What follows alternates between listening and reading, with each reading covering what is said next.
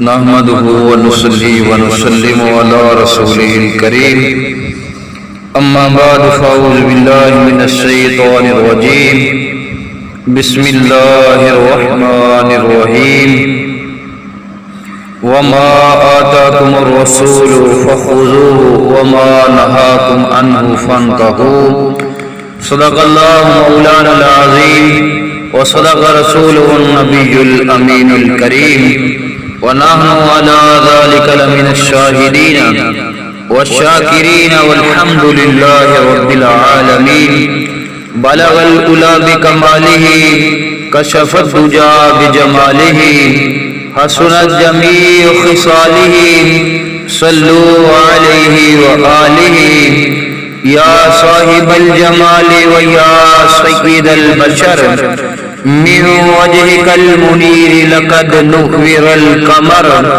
لا يمكن الثناء كما كان حقه بعد الخدا بزرگ توئی قصہ مختصر تو شم میری سالت ہے عالم تیرا پروانہ تو شم میری سالت ہے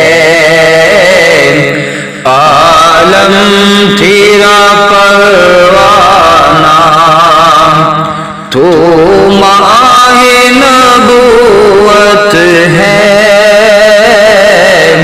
اے جلوہ جانانا تو ماہ نبوت ہے اے جلوہ جانانا کھاتے ہیں تیرے در کا پیتے ہیں تیرے در کا کھاتے ہیں تیرے در کا پیتے ہیں تیرے در کا پانی ہے تیرا پانی دانا ہے تیرا دانا پانی ہے تیرا پانی دانا ہے تیرا دانا تو ماہ نبوت ہے اے جلوہ جانانا تو شم میری سالت ہے عالم تیرا پروانہ خالق کائنات پاک پروردگار عالم اللہ وحدہ لا شریک کا کرم ہے، اس کا فضل ہے، اس کا احسان ہے، اس کا شکر ادا کرتے ہیں کہ اللہ تبارک و تعالی نے ہمیں قرآن پاک کی تلاوت کی توفیق نصیب فرمائی، ذکر خدا ذکر مصطفیٰ صلی اللہ علیہ وآلہ وسلم کی توفیق نصیب فرمائی۔ حضرت ابو ذر رضی اللہ تعالی عنہ سے فرماتے ہیں رسول اللہ صلی اللہ علیہ وآلہ وسلم نے فرمایا اعمال میں سے افضل عمل اللہ تعالیٰ کے لیے محبت رکھنا، سبحان اللہ، یعنی کہ اعمال میں سے افضل عمل اللہ تعالیٰ کے لیے محبت رکھنا اور اللہ تعالیٰ کے لیے ناراضگی رکھنا ہے، سبحان اللہ، یعنی کہ اللہ تبارک و تعالیٰ کے لیے محبت کرے اور اللہ تبارک و تعالیٰ کے لیے ناراضگی رکھے۔ ابو داؤد شریف کے اندر حدیث موجود ہے۔ حضرت عبادہ بن صامت رضی اللہ تعالی عنہ سے فرماتے ہیں کہ میں نے رسول اللہ صلی اللہ علیہ وآلہ وسلم کو یہ فرماتے ہوئے سنا کہ نبی کریم علیہ السلام فرما رہے تھے جو گواہی دے کہ اللہ کے سوا کوئی معبود نہیں اور بے شک محمد صلی اللہ علیہ وآلہ وسلم اللہ کے رسول ہیں، یعنی کہ یہ گواہی دے کہ اللہ تبارک و تعالیٰ کے علاوہ کوئی معبود نہیں، عبادت کے لائق نہیں، اور بے شک محمد صلی اللہ علیہ وآلہ وسلم اللہ کے رسول ہیں۔ تو پھر کیا ہوتا ہے؟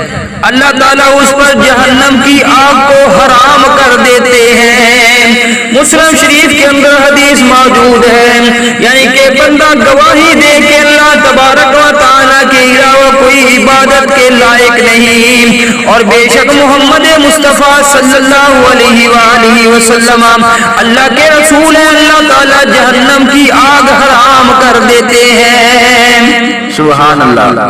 اور حضرت عثمان بن عفان رضی اللہ تعالیٰ عنہ فرماتے ہیں رسول اللہ صلی اللہ علیہ وآلہ وسلم نے فرمایا، جس شخص کو اس پختہ عقیدہ پر موت آئی کہ اللہ کے علاوہ کوئی معبود نہیں، کہ حضرت عثمان بن عفان رضی اللہ تعالیٰ عنہ فرماتے ہیں کہ نبی کریم علیہ الصلوۃ والسلام نے فرمایا کہ جس شخص کو اس پختہ عقیدہ، پکا عقیدہ اس کا ہو اور اس پر اس کو موت آئی، کون سا پکا عقیدہ؟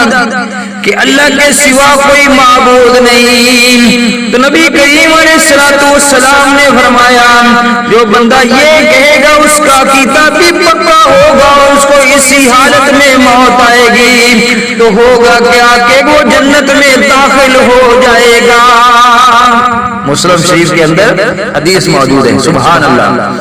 اور حضرت جابر رضی اللہ تعالی عنہ فرماتے ہیں کہ رسول اللہ صلی اللہ علیہ وآلہ وسلم نے فرمایا، دو چیزیں جنت اور دوزخ کو واجب کر دیتے ہیں۔ ایک آدمی نے کہا، اے اللہ کے رسول صلی اللہ علیہ وآلہ وسلم، وہ دو چیزیں کون سی ہیں جو واجب کر دیتی ہیں؟ آپ نے فرمایا، ایک یہ کہ جو اس حالت میں فوت ہوا کہ اللہ کے ساتھ کسی کو شریک ٹھہراتا تھا وہ جہنم میں داخل ہوگا، اور دوسری یہ کہ جو اس حالت میں فوت ہوا کہ اللہ کے ساتھ کسی کو شریک نہیں ٹھہراتا تھا وہ جنت میں داخل ہو گیا۔ سبحان اللہ۔ مسلم شریف کے اندر یہ حدیث موجود ہے، یعنی کہ دو چیزوں کا بیان کیا ہے نبی کریم علیہ الصلوۃ والسلام نے کہ یہ دونوں چیزیں واجب کر دیتی ہیں۔ ایک کہ جس نے یہ کہا کہ اللہ تبارک و تعالیٰ کے ساتھ کوئی شریک ہے، کہ اللہ تبارک و تعالیٰ کے ساتھ وہ شریک ٹھہراتا تھا تو وہ جہنم کے اندر جائے گا، اور جس نے یہ کہا اور اس کو یہ کہنے پر موت آئی کہ اللہ کے سوا کوئی معبود نہیں، یعنی کہ اللہ کے ساتھ اسے کسی کو شریک نہیں ٹھہرایا، وہ جنت میں داخل ہوگا۔ سبحان اللہ۔ تو شم میری سالت ہے، عالم تیرا پروانہ، تو شم میری سالت ہے، عالم تیرا پروانہ، تو ماہ نبوت ہے، اے جلوہ چھانا نام، تو ماہ نبوت ہے، اے جلوہ چھانا نام۔ اور حضرت ابو ہریرہ رضی اللہ تعالیٰ عنہ سے فرماتے ہیں کہ ایک دن ہم رسول اللہ صلی اللہ علیہ وآلہ وسلم کے گرد بیٹھے ہوئے تھے، اور ان لوگوں میں ہمارے ساتھ حضرت ابو بکر اور حضرت عمر رضی اللہ تعالیٰ عنہما بھی تھے۔ نبی کریم علیہ الصلوۃ والسلام اچانک ہمارے درمیان سے اٹھ کھڑے ہوئے اور کہیں چلے گئے، اور ہمارے پاس واپس آنے میں دیر لگا دی۔ فرماتے ہیں کہ ہم ڈر گئے کہ آپ کو ہماری غیر موجودگی میں کوئی ایذا نہ پہنچے۔ ہم گھبرائے اور اٹھ کھڑے ہوئے۔ سب سے پہلے میں گھبرایا، میں رسول اللہ صلی اللہ علیہ وآلہ وسلم کو تلاش کرنے کے لیے نکلا، یہاں تک کہ میں بنو نجار کے انصار کے باغ کے قریب پہنچا۔ میں نے اس باغ کا چکر لگایا کہ کہیں اس کا دروازہ ملے، لیکن مجھے اس کا دروازہ نہ ملا۔ اچانک پانی کا ایک نالا نظر آیا جو باہر کے کنویں سے باغ کے اندر جا رہا تھا۔ حضرت ابو ہریرہ رضی اللہ تعالی عنہ فرماتے ہیں کہ میں سکڑ کر اس نالے کے راستے باغ میں رسول اللہ صلی اللہ علیہ وآلہ وسلم کے پاس پہنچ گیا۔ آپ نے فرمایا ابو ہریرہ ہے رضی اللہ تعالی۔ میں نے کہا جی ہاں اے اللہ کے رسول صلی اللہ علیہ وآلہ وسلم۔ آپ نے فرمایا کیا بات ہے؟ میں نے کہا کہ آپ ہمارے درمیان بیٹھے ہوئے تھے، آپ کھڑے ہوئے اور واپس آنے میں دیر لگا دی تو ہم ڈر گئے کہ آپ کو ہماری غیر موجودگی میں کوئی تکلیف پہنچائی جائے۔ ہم گھبرا گئے، سب سے پہلے میں گھبرایا۔ میں باغ کے قریب آیا، میں براستہ نالا باغ میں داخل ہونے کے لیے سکڑ گیا جیسے لومڑی سکڑتی ہے، اور دوسرے لوگ بھی میرے پیچھے آ رہے ہیں۔ آپ نے فرمایا اے ابو ہریرہ، اور مجھے اپنے دونوں جوتے پکڑائے۔ نبی کریم علیہ السلام نے حضرت ابو ہریرہ رضی اللہ تعالیٰ عنہ کو اپنے دونوں جوتے پکڑائے، فرمایا یہ میرے دونوں جوتے لے جا۔ سبحان اللہ۔ اس باغ کے باہر جو تمہیں ملے اور وہ دل کے یقین کے ساتھ یہ گواہی دیتا ہوں۔ کون سی گواہی دیتا ہوں؟ کہ اللہ کے سوا کوئی معبود نہیں، تم اس کو جنت کی خوشخبری دے دو۔ سبحان اللہ۔ تو سب سے پہلے میں جس کو ملا یہ حضرت ابو ہریرہ رضی اللہ تعالیٰ عنہ، کہ انہوں نے سرکار کے وہ جوتے لیے، نعلین شریف لیے، تو جب وہاں سے وہ چلے ہیں تو سب سے پہلے ان کو جو ملے ہیں وہ حضرت عمر فاروق رضی اللہ تعالیٰ عنہ۔ انہوں نے کہا کہ اے ابو ہریرہ یہ دونوں جوتے کیسے ہیں؟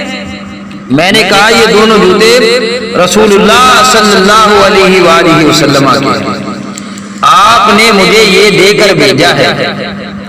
کس کام کے لیے؟ کہ میں جس سے ملوں اور وہ دل کے یقین کے ساتھ یہ گواہی دیتا ہوں کہ اللہ کے سوا کوئی معبود نہیں، میں اسے جنت کی خوشخبری دے دوں۔ سبحان اللہ۔ تو اب حضرت عمر فاروق رضی اللہ تعالیٰ انہوں نے سنا کہ بھئی گواہی تو مسلمان دیتے ہیں اور صدقے دل کے ساتھ دیتے ہیں کہ اللہ کے علاوہ کوئی معبود نہیں، لیکن ان کے دل میں بات آئی کہ اگر ہر کسی کو یہ بتا دیا جائے تو وہ اسی پر بھروسہ کرے گا اور پھر اعمال صالحہ جو ہے نہیں کرے گا۔ اس نظریے سے تو حضرت عمر فاروق رضی اللہ تعالیٰ عنہ نے میری چھاتی کے درمیان مارا کہ میں سری کے بل گر گیا۔ یہ کون بیان کر رہے ہیں؟ حضرت ابو ہریرہ رضی اللہ تعالیٰ، کہ جب میں نے انہیں یہ مبارکباد دی تو انہوں نے پھر یہ کام کیا اور کہا اے ابو ہریرہ لوٹ جا، تو میں رسول اللہ صلی اللہ علیہ وآلہ وسلم کی طرف لوٹ گیا اور فرماتے ہیں میں بلند آواز سے رو رہا تھا۔ حضرت عمر رضی اللہ تعالیٰ عنہ میرے پیچھے پیچھے آ رہے تھے۔ رسول اللہ صلی اللہ علیہ وآلہ وسلم نے فرمایا ابو ہریرہ کیا ہوا؟ میں نے کہا کہ میں سب سے پہلے حضرت عمر رضی اللہ تعالیٰ عنہ کو ملا، انہیں میں نے وہ پیغام دیا جو آپ نے مجھے دے کر بھیجا تھا۔ انہوں نے میرے سینے کے درمیان ایسی ضرب ماری کہ میں سری سرین کے بل گر گیا اور کہا کہ لوٹ جا۔ رسول اللہ صلی اللہ علیہ وسلم نے فرمایا اے عمر، جو کچھ تم نے کیا ہے اس پر کس چیز نے تمہیں ابھارا؟ انہوں نے کہا اے اللہ کے رسول صلی اللہ علیہ وآلہ وسلم، میرے ماں باپ آپ پر قربان ہوں۔ کیا آپ نے ابو ہریرہ رضی اللہ تعالیٰ عنہ کو اپنے دونوں جوتے دے کر بھیجا تھا کہ وہ جسے ملے وہ دل کے یقین کے ساتھ یہ گواہی دیتا ہو کہ اللہ کے سوا کوئی معبود نہیں، وہ اسے جنت کی خوشخبری دے دے؟ فرمایا ہاں۔ تو انہوں نے کہا آپ ایسا نہ کریں۔ آگے پھر وجہ بھی بیان کی۔ حضرت عمر رضی اللہ تعالیٰ عنہ کہتے ہیں کہ میں ڈرتا ہوں کہ لوگ اسی پر بھروسہ کریں گے اور انہیں چھوڑے عمل کرنے دیں، تو رسول اللہ صلی اللہ علیہ وآلہ وسلم نے فرمایا انہیں چھوڑ دو۔ مسلم شریف کے اندر یہ حدیث موجود ہے، ان کے حضرت عمر فاروق رضی اللہ تعالیٰ عنہ نے یہ عمل اس لیے کیا تاکہ لوگ جو ہیں اعمال صالحہ نہ چھوڑ دیں، وگرنہ انہوں نے تصدیق تو پہلے کروا لی آقا علیہ السلام سے۔ آتے یہ پوچھا کہ میرے ماں باپ آپ پہ قربان ہوں، کیا آپ نے ابو ہریرہ رضی اللہ تعالیٰ کو یہ حکم دیا ہے؟ تو نبی کریم علیہ السلام نے تصدیق فرما دی۔ تو اب توجہ کرنے والی بات یہ ہے کہ یہ حدیث مسلم شریف کے اندر موجود ہے، اور آگے حضرت معاذ بن جبل رضی اللہ تعالیٰ عنہ سے فرماتے ہیں کہ رسول اللہ صلی اللہ علیہ وآلہ وسلم نے فرمایا، مجھے فرمایا کہ جنت کی چابیاں یہ گواہی دینا کہ اللہ کے سوا کوئی معبود نہیں۔ سبحان اللہ، یعنی کہ جنت کی چابیاں کون سی ہیں؟ کہ یہ گواہی دینا کہ اللہ کے سوا کوئی معبود نہیں۔ تو اس میں کوئی شک و شبے والی بات نہیں ہے، جو اس بات کی گواہی دیتا ہے کہ اللہ کے سوا کوئی معبود نہیں، اللہ کے ساتھ کسی کو شریک نہیں ٹھہراتا، اور یہ گواہی دیتا ہے کہ محمد صلی اللہ علیہ وآلہ وسلم اللہ تعالیٰ کے رسول ہیں، تو اللہ تبارک و تعالیٰ اس کی بخشش فرما دے گا۔ تمنا ہے کہ دنیا میں کوئی کام کر جاؤں، تمنا ہے کہ دنیا میں کوئی کام کر جاؤں، ہر پرچم سے اونچا پرچم اسلام کر جاؤں، ہر پرچم سے اونچا پرچم اسلام کر جاؤں، نہ دنیا سے نہ دولت سے نگر آباد کرنے سے۔ کیوں؟ اللہ نے فرمایا کہ کل من علیہا فان، ہر چیز فنا ہو جائے گی، وَيَبْقَى وَجْهُ رَبِّكَ ذُو الْجَلَالِ وَالْإِكْرَامِ، باقی رہے گی تو صرف اللہ تبارک و تعالیٰ کی ذات ہی باقی رہے گی، نہ دنیا سے نہ دولت سے نگر آباد کرنے سے۔ تسلی دل کو ہوتی ہے خدا کو یاد کرنے سے۔ فرمایا خبردار، دلوں کو سکون جو ہے اللہ کے ذکر سے ملتا ہے، اور فرمایا فَاذْكُرُونِي أَذْكُرْكُمْ، اے میرے بندے تو میرا ذکر کر، میں تجھے یاد کروں گا۔ سبحان اللہ۔ تسلی دل کو ہوتی ہے خدا کو یاد کرنے سے، دلا غافل نہ ہو یک دم یہ دنیا چھوڑ جانا ہے، دلا غافل نہ ہو یکدم یہ دنیا چھوڑ جانا ہے، بغیچے چھوڑ کر خالی قبر اندر سامانا ہے۔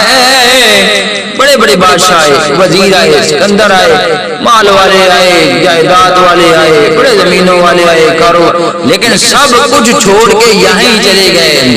دلا غافل نہ ہو یکدم یہ دنیا چھوڑ جانا ہے، بغیچے چھوڑ کر خالی قبر اندر سامانا ہے۔ اور جب یہ کیفیت کا علم ہے کہ جاتے ہوئے بندہ ساتھ کچھ بھی نہیں لے جائے گا، سب کچھ یہاں چھوڑ کے جائے گا، تو اب ساتھ جو لے کے جانا ہے وہ اللہ کی محبت ہے، اس کے پیارے رسول کی محبت ہے۔ اگر اللہ سے محبت کرتا ہوا گیا، اس کے پیارے رسول سے محبت کرتا ہوا گیا، تو اللہ تعالیٰ فرماتا ہے کہ جنات تجری من تحتها الانہار، تو اللہ تعالیٰ اسے جنتیں عطا فرمائے گا جس کے نیچے نہریں بہہ رہیں گی۔ پھر ہوگا کیا؟ خالدین فیہا ابدا۔ ارے یہ زندگی تو ختم ہو جانی ہے، لیکن اللہ فرماتا ہے جب میں جنتیں عطا کروں گا اس مومن کو جو اللہ سے پیار کرنے والا ہوگا، اس کے پیارے رسول سے پیار کرنے والا ہوگا، تو اب جنتیں ملیں گی جن کے نیچے نہریں جاری ہوں گی، تو پھر ہمیشہ ہمیشہ کے لیے ملیں گی۔ خالدین فیہا ابدا، اب وہ آخرت کی زندگی ختم نہیں ہوگی۔ تو اب اللہ تبارک و تعالیٰ کی بارگاہ عالیہ کے اندر دعا ہے کہ اللہ تبارک و تعالیٰ ہمارے تمام صغیرہ کبیرہ گناہوں کو معاف فرمائے، اللہ تبارک و تعالیٰ ہمارے والدین کی بخشش فرمائے، اللہ تبارک و تعالیٰ ان کو جنت الفردوس کے اندر اعلیٰ جگہ نصیب فرمائے۔ آج سے لے کر آدم علیہ السلام تک جتنے بھی مسلمین مسلمات مومنین مومنات وفات پا چکے ہیں، اللہ تعالیٰ سب کو جنت الفردوس کے اندر اعلیٰ جگہ نصیب فرمائے، سب کی قبروں کو منور فرمائے۔ اللہ تبارک و تعالیٰ ہماری آنے والی جو نسلیں ہیں، اللہ تبارک و تعالیٰ ان کو نیک بنائے، اللہ تبارک و تعالیٰ ان پہ اپنا کرم فرمائے، اپنا فضل فرمائے، اپنی رحمتوں کا نزول فرمائے، شر شیطان، شر ظالمان، شر دشمنان محفوظ فرمائے۔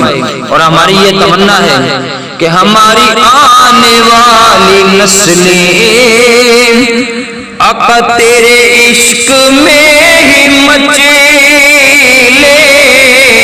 توجہ کرنے والی بات ہے، صحابی رسول آئے، انہوں نے اس بات کا اظہار کر دیا باقی ساری گفتگو کے بعد کہ میں اللہ سے بھی پیار کرتا ہوں، اس کے پیارے رسول سے بھی پیار کرتا ہوں۔ تو نبی پاک صلی اللہ علیہ وآلہ وسلم نے بشارت دے دی کہ جس کے ساتھ تو پیار کرتا ہے کل قیامت کے دن تو انہی کے ساتھ ہوگا۔ سبحان اللہ۔ تو جو آنے والے ہمارے یہ بچے ہیں، یہ ہماری نسلیں ہیں، اگر یہ اللہ اور اس کے پیارے رسول سے پیار کرتے ہوئے سرکار کے عشق میں اپنی زندگی گزاریں گے تو اللہ تبارک و تعالیٰ آخرت کے اندر بھی ان پہ کرم فرمائے گا، دنیا کے اندر بھی ان کو بھلائی عطا فرمائے گا۔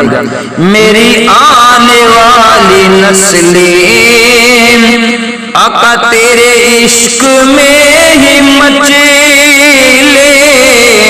میری آنے والی نسلیں آقا تیرے عشق میں ہی مچلے، انہیں نیک تم بنانا، انہیں نیک تم بنانا، مدنی مدینے والے، مدنی مدینے والے، مدنی مدینے والے۔ اللہ تبارک و تعالیٰ ہماری اس کاوش کو اپنی بارگاہ عالیہ کے اندر شرف قبولیت عطا فرمائے۔ اللہ تبارک و تعالی ہمارے کاروبار، جان و مال، عزت و اولاد کے اندر دن دگنی رات چوگنی ترقی عطا فرمائے۔ آمین۔ وآخر دعوانا ان الحمدللہ رب العالمین۔